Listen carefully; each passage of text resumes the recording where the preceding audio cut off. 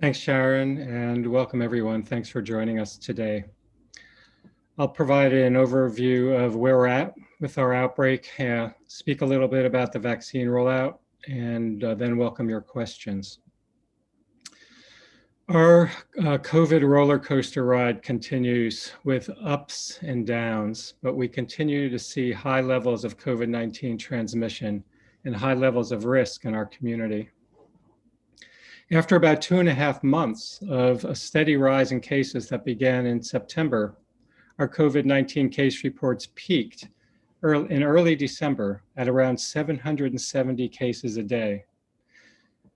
They then decreased throughout most of December, but now are again rising. Beginning around December 27th, we are on another upswing. So from December 27th through January 2nd, the incidence of COVID-19 in King County has increased by over 30%. This increased number of COVID-19 cases reflects the activities people engaged in during the Christmas and New Year's holidays, including travel, family and social gatherings, and the ongoing spread of COVID-19 in workplaces and other locations across the region. Over the last 7 days, we've reported about 570 cases daily. The incidence remains highest in the cities in South King County, particularly Auburn, Kent, and Federal Way. And this increased number of COVID-19 cases reflects the activities people are engaged in currently. Over the last full week, over 150 COVID-19 cases were admitted to the hospital, and daily counts have been relatively stable over the last 2 weeks.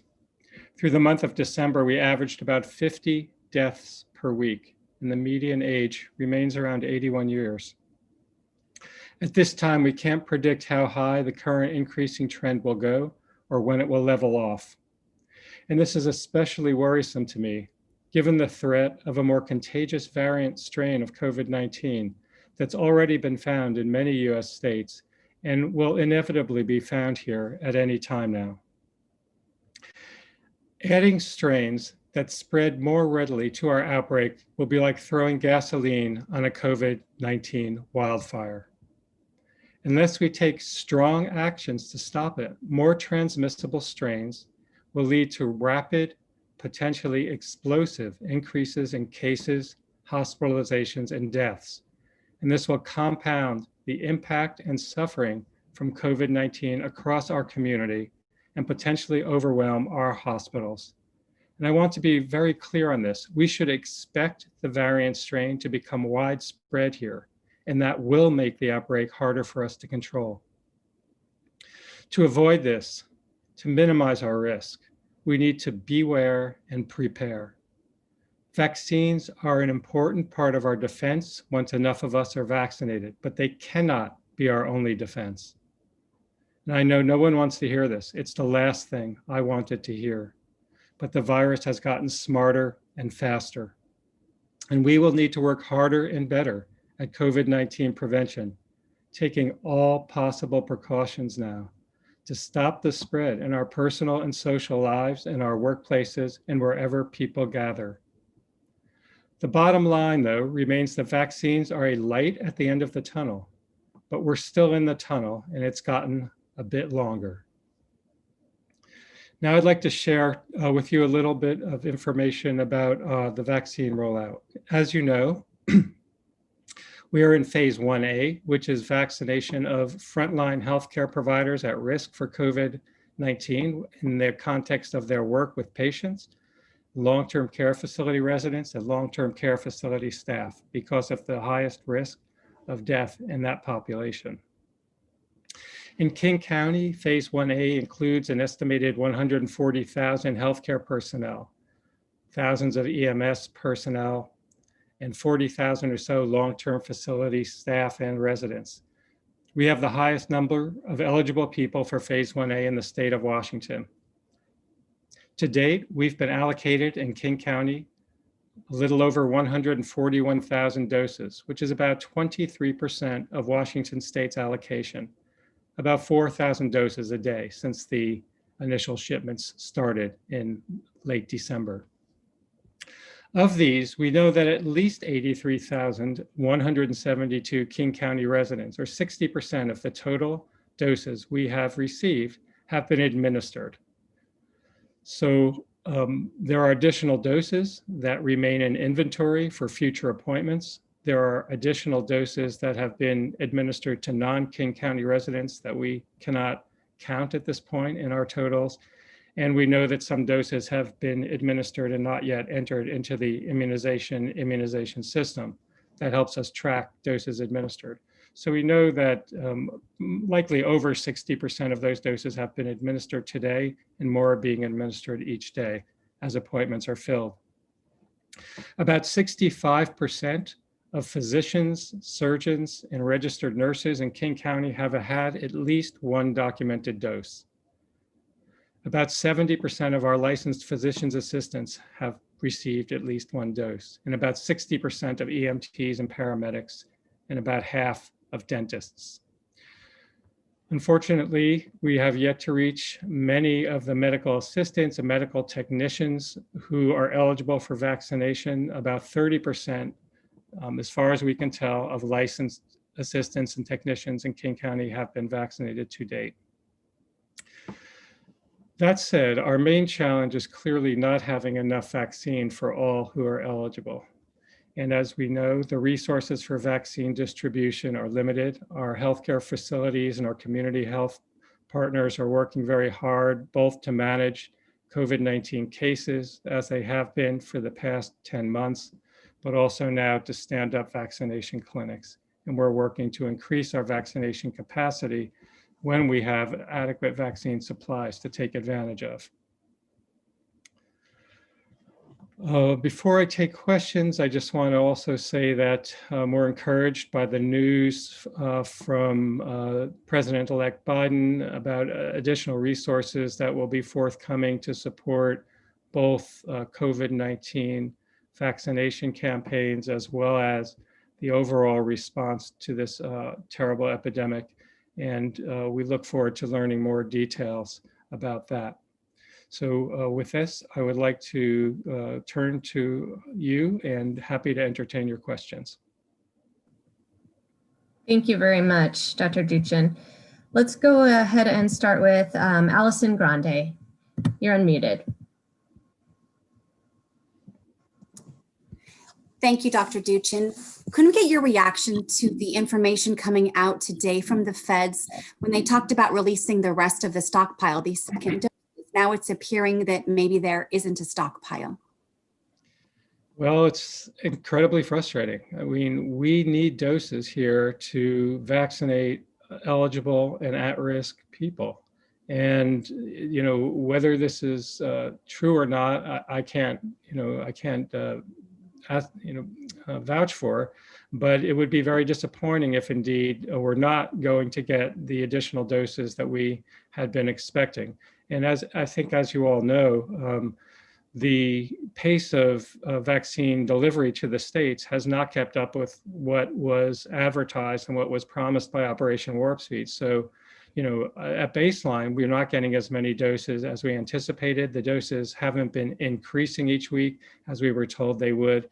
And, you know, we have very little insight into the supply issues at the federal level, but we are ready and willing and very eager to receive whatever doses are available as soon as they can come to us and get them to those people who are at highest risk, and then ultimately to everyone who needs one and wants one. Thank you. And for news media, just continue to use the raise your hand function. And if you can share your media outlet, that will also be helpful. Hannah Kim, go ahead, you can ask your question. Hi, Dr. Duchin, Hannah Kim, Q13 News. Thanks for taking my question. I had a two-pronged question, and the first one is a follow-up to Allison's question. So I know there is frustration, obviously, from state and local leaders about the federal government not giving the promised doses.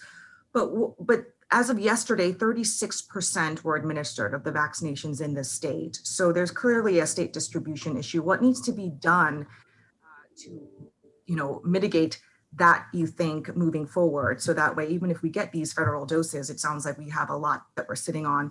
The second question is, for those people concerned about the second dose, should there be any concerns in that? Will they be able to get the second dose with all of this, questions about whether or not we're going to get enough vaccines? Thank you for your questions, Allison. I can't really speak to, what's going on outside of the county with respect to doses administered compared with doses allocated. Here in King County, as I've mentioned, we've administered over 60% of the doses that we've been allocated. And I believe that, because we can't count every dose that's been administered, the number is even higher than that. And of course, some of the doses administered by our King County providers are going to non-King County residents. We don't count those either. I think we're doing a good job. We can certainly improve, but the main bottleneck, the main barrier here is vaccine supply, at least in our county. There clearly are lots of reasons why vaccines may not be allocated in general. It's a very complicated process. There need to be partners in the community who have staff, scheduling systems, can provide access to their constituents, which may vary very widely from county to county. Here in King County, we're very fortunate because we have a tremendous healthcare system that's very collaborative with our public health system. We've seen thousands and thousands of doses, administered by our hospitals, our community health clinics, and we are in the process of planning a significant expansion of access points in the community, both in South County and elsewhere, to address the needs that we anticipate as more vaccine becomes available and more people become eligible. However, at this point, we have more people who are eligible than we have vaccine for, and we're moving the limited supplies of vaccine that we get out as quickly as possible. I would refer you to my colleagues at the State Health Department to speak more about some of the challenges that other counties may be experiencing. Thank you. And Kayla Lafferty, you're unmuted. Hi, actually kind of a follow-up on a little bit of what you were just talking about. There seems to be a little bit of a disparity between different counties. We're seeing Skagit County saying they haven't received new doses in 2 weeks, while Clallam County is having enough to open up vaccinations to phase B1. Where does King County fall kind of in this array? Can you just give us a rundown of how it's being communicated with each county, how the state is working with this, and just kind of vaccine allocation in general? Yeah, I thank you. I'll answer your question, and then I need to go back to Allison's second question about the second dose. Yes, vaccine allocation is managed by Washington State Department of Health. And as I've mentioned, we've received about 23% of the state's total allocation. Now, I think everyone realizes we have significantly more than 23% of the state's frontline healthcare providers in King County and in our metro area. So proportionally, we haven't received the amount of vaccine that we would expect to be able to offer it to all the eligible healthcare providers. The way the vaccine allocation decisions have been made, I think, should be really a question answered by our colleagues at the state who are making those decisions. Getting back to Allison's second question, the second dose is critically important. We definitely want everyone to understand the importance of receiving the second dose of vaccine, regardless of whether you receive the Moderna or the Pfizer vaccine, as scheduled. And I believe our federal partners are not intending to have second doses delayed. So we do need to account for the need to administer second doses as we vaccinate. And what we are hearing from our federal partners is that they are confident that the production capacity of the two manufacturers is adequate to meet the ongoing demand for second doses.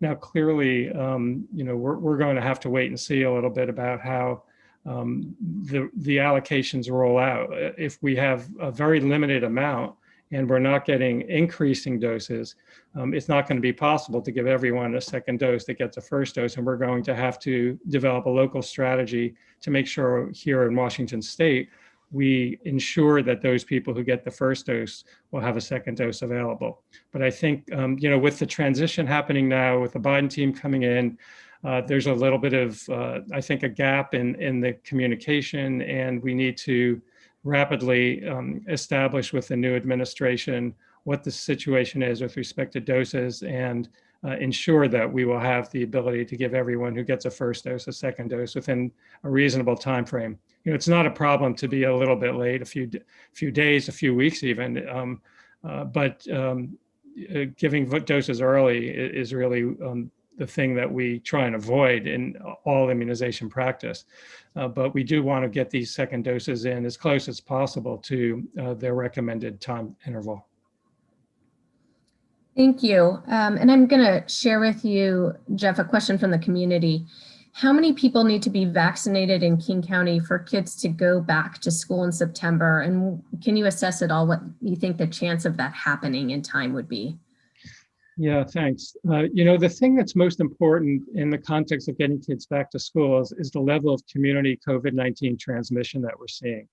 The higher level of transmission that we see in the community, the higher risk there is for acquiring COVID-19 anywhere in the community, at work, anywhere you come into contact with others in the community. And the risk also would be higher in schools when there are higher rates of transmission in the community in general. And I want to get back also to, as part of this question, to talk about the variant strain, because again, these strains are more contagious. So what that means is anywhere you would come into contact with someone with COVID-19, your risk of becoming infected would be higher. And your risk of spreading COVID-19 to other people would be higher. So for that reason, it's incredibly important for us now to really try as hard as possible to follow the basic COVID-19 prevention measures that will interrupt the spread of the new variants, as well as it interrupted the spread of the previous viruses. It's a question of how comprehensively and how thoroughly we practice things like wearing face masks and the quality of those masks. They should be good quality, double layer, snug fitting. You can wear one mask on top of the other. As a matter of fact, it is a good suggestion as long as you can still breathe through it, and make the top layer snug down the bottom layer mask. But mask wearing anytime we're around others outside of the household, avoiding contacts, avoiding unnecessary contacts, limiting activities, avoiding crowded indoor air spaces. We know that this virus transmits particularly well indoors where there's poor ventilation, and especially where people are not wearing masks. Increasing ventilation in the home, in the workplace, and anywhere people are for prolonged periods of time will help decrease the risk. And of course, continuing to practice physical distancing from one another to the greatest extent possible, doing as much as possible outdoors, and good hand washing and environmental cleaning are still important. But it's really just a matter of degree. We're going to have to work harder to achieve the same level of suppression. And currently, we have too much COVID-19 happening. So we're really going to need to step up our game in the second half, because the virus has gotten a lot smarter and a lot quicker. Question from Tammy Mutasa. Actually, can I? Yes, sorry, please, Chair. go ahead. No. So to get back to the original question about vaccination, there is no requirement for any particular level of vaccination to make any type of activity safe or unsafe. What makes an activity safe or unsafe is the level of COVID-19 transmission in the community. And so we reduce the risk by taking preventive measures. We reduce the risk when more of us are vaccinated, but we know over time, the number of vaccinated will increase, but we don't have a lot of control over how fast that's going to happen at the moment. It's really going to depend primarily on how rapidly the vaccine supply can be made available to the American public, and how quickly and how thoroughly people become vaccinated. And it's also important to remember that there is not a vaccine license for children right now. So at this point, we would expect children to be going back to school unvaccinated, and it won't be most likely many months until we have vaccines for children, if they become available at all in the near future. Thank you. Tammy Mutasa, you can go ahead.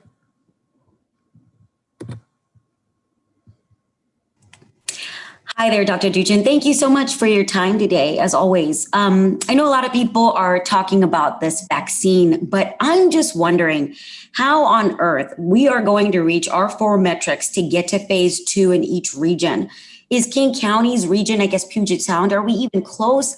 It seems pretty unattainable, especially with the vaccine so far away and our cases pretty high. And I think right now we only have maybe one of the metrics reached, which was the ICU beds that were under 90%.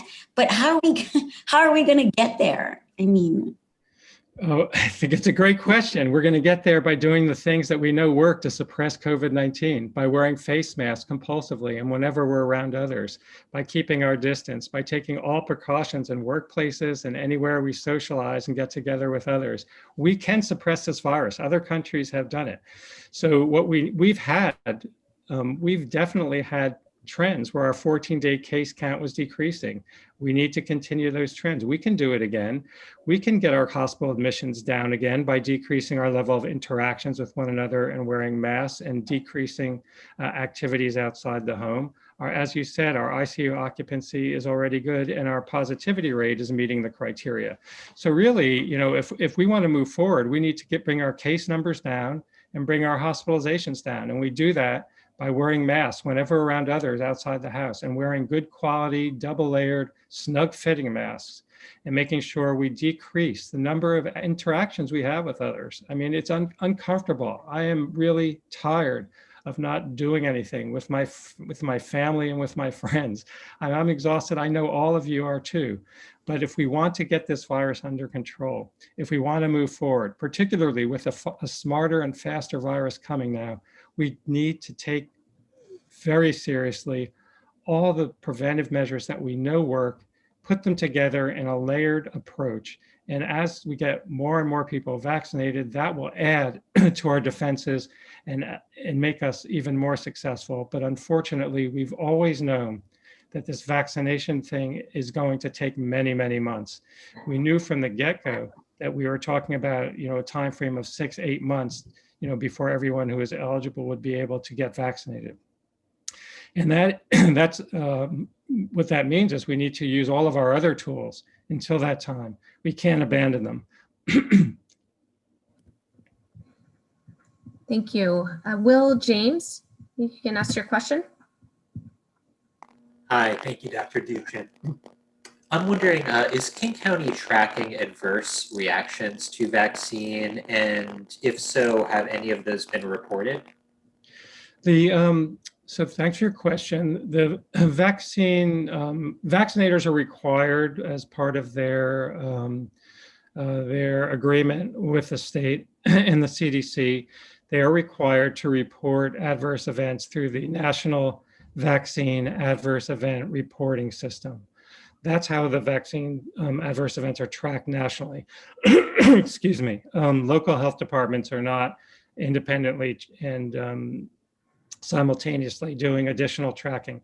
We do hear about adverse events intermittently, and we ask people to report. We ask them, and then at times we'll follow up if we have resources available to make sure that they report them appropriately and don't have any problems doing that reporting. But anything and everything that may or may not be attributed to a vaccine, should be reported, even if you're not certain. And the CDC and the FDA monitor these reports and then investigate whether or not there is a potential link to vaccination or not.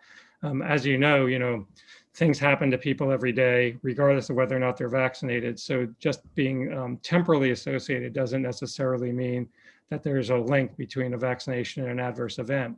But for things like allergic reactions, for example, we clearly need to look at those very carefully nationally. They've been reported rarely. I think the last figure I saw was about 11 per million, in the ballpark range of what we see with other vaccines. But with a new vaccine, we need to monitor safety and adverse events very closely. But that is not primarily our responsibility. And we provide information and facilitate that reporting so that our federal partners can investigate.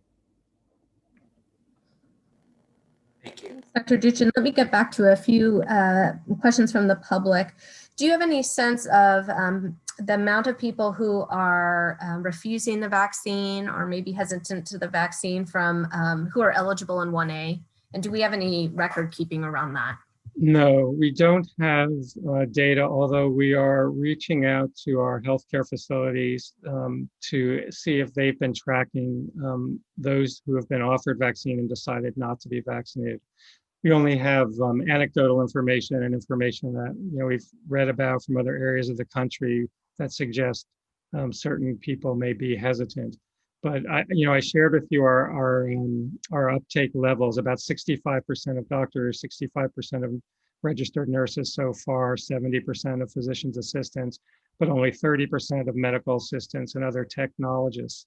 So I'm assuming that there's some hesitancy that's contributing to those relatively lower numbers.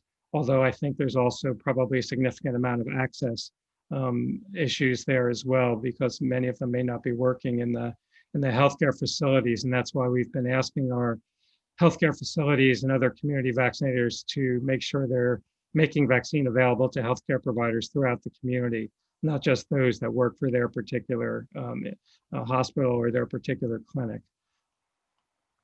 Thank you. And another question here from our Facebook folks listening in. Can you speak to why there's such a huge variance in positivity rates between wealthier and poor neighborhoods in King County? And what is King County doing about this disparity? And I know you've talked about this throughout the whole pandemic about some of the systemic issues, but maybe just to talk a little bit more about what you're seeing now. Yeah, so that the increasing, or not the increasing, the high and the increased levels of positivity go hand in hand with the increased levels of cases, higher case rates, higher hospitalization rates, and in some communities, higher death rates. In communities of color, and particularly the communities in South King County, compared to other communities that are less diverse, more white, and more in the northern part of the county. And so positivity, is just another way of looking at the underlying increase in transmission and the fact that there are more cases occurring relative to the amount of testing that's being done. So, we have testing capacity in those communities. We're trying through ongoing outreach, multiple faith-based, small business, and community-based engagement and education activities to make people aware of the importance of being tested when they have symptoms, and isolating immediately when symptoms develop, and for those who've been exposed, quarantining. But what the high positivity rates tell us is that people are relative to the number of people who are infected, there's less testing happening. So people are either waiting longer or not coming forward with symptoms, or reluctant to be tested, or don't have, for some reason can't access our testing sites.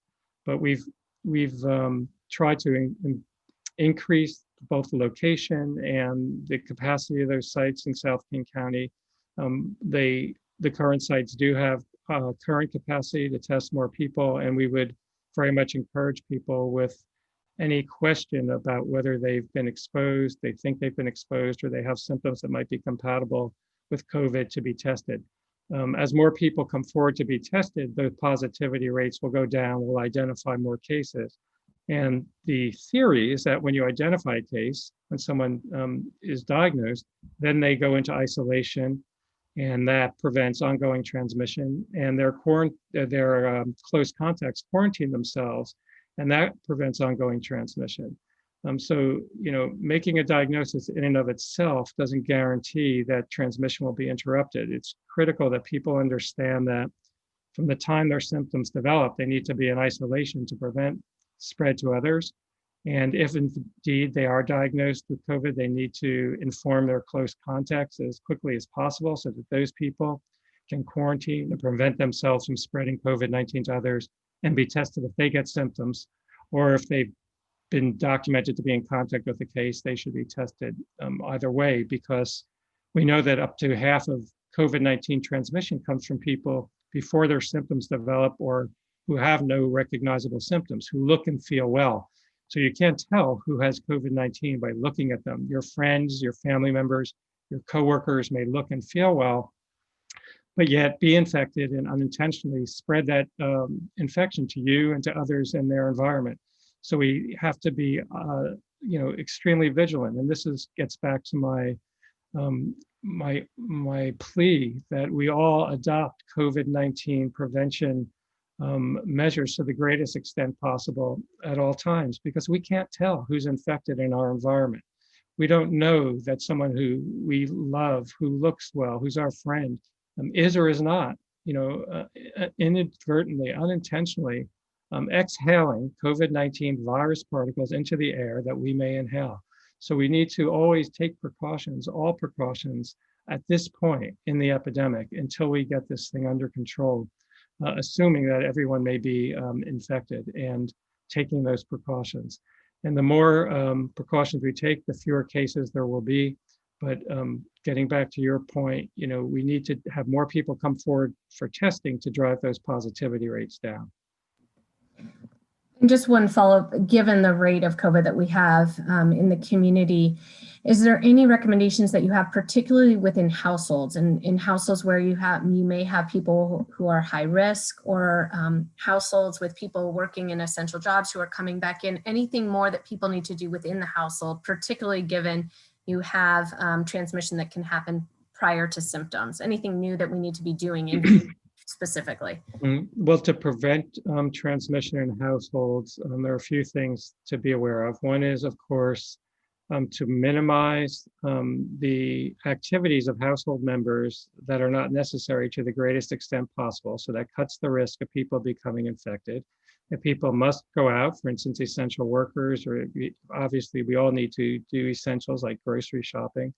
If people must go out, then to take those precautions around mask wearing, keeping distance, making interactions brief as possible, not limiting the time in contact with others, especially in indoor air spaces, making contacts brief, and then in the household again, to the extent you can, improve the ventilation. Even cracking a window, opening a door, getting airflow to recirculate will dilute any viruses that may be in the environment. So that's really important. Again, if there are people in the household who have symptoms, having them isolate from others to the extent possible, and even wearing masks in the household if there's a symptomatic household member or someone who is known to have COVID, wearing masks will help protect the other household members. So those are all, and to the extent that the ill person can have their own bathroom, that would be another measure that could prevent transmission and reduce the risk to others. There's good guidance for this on our website and on the CDC website, how to prevent the spread of transmission if you're infected in your household. I refer everyone to look at the excellent guidance that's been updated recently on the CDC website about ventilation and improving ventilation and other steps that can be taken by workplaces and individuals to decrease their risk. But looking at all these different, ways that COVID can be spread and the many different strategies that we have to decrease that risk, and using as many of those strategies as consistently as possible and adding as many of them together as possible will decrease the risk as much as we can do.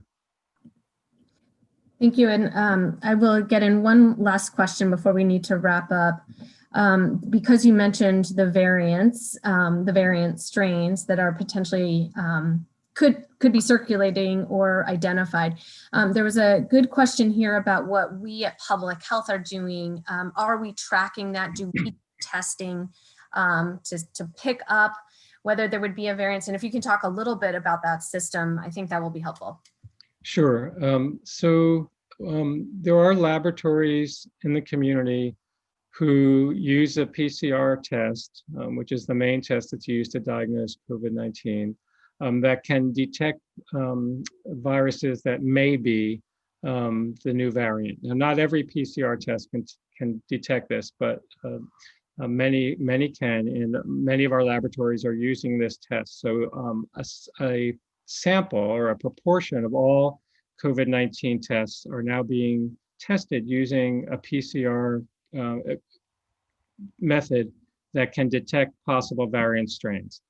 When those possible variant strains are detected, then they're either forwarded to the Washington State Public Health Laboratory or another reference laboratory.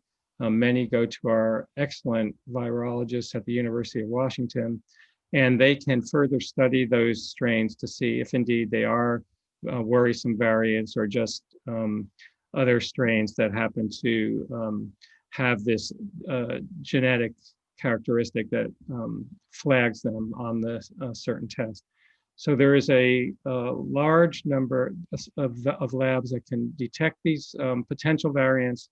When a potential variant is detected, it's forwarded to another laboratory where it's sequenced, so the actual mutations are described and studied. And when strains are detected that are potential variants that have significance from the public health perspective, then we are alerted and we can investigate further and try and understand whether there's spread happening or whether this is an isolated event.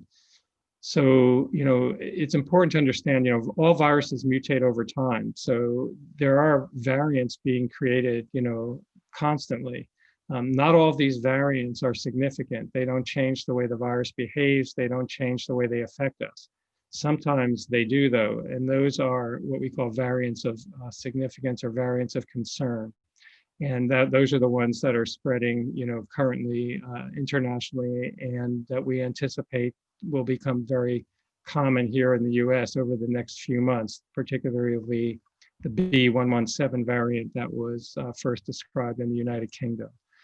But the University of Washington, in addition to what I just described, is also testing a large number of samples that they obtain through their own COVID-19 testing programs.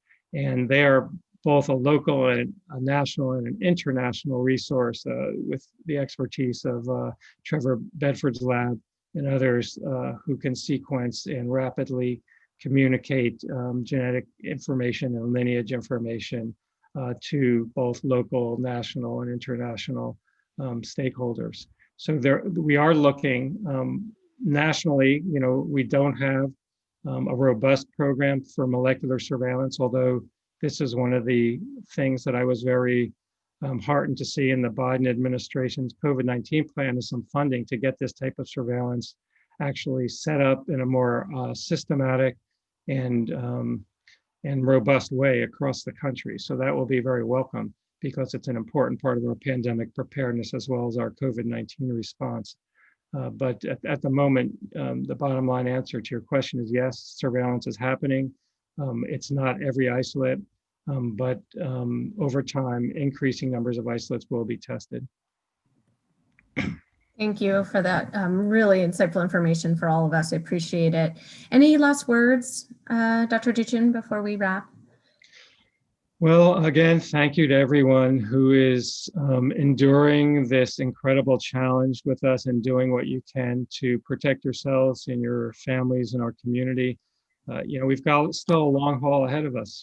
We've come a long way. It's been a very difficult year, and we still have many challenges before we are in a place where we can get back to the types of things we wanted to do and used to do before COVID, without taking the types of precautions that are still incredibly important and necessary. So please understand that, if we're at halftime now, the virus is coming out with renewed energy, with more tricks, and is going to make our lives incredibly difficult for the next few months. And we need to double down on our COVID-19 prevention steps in every aspect of our lives, in our workplaces.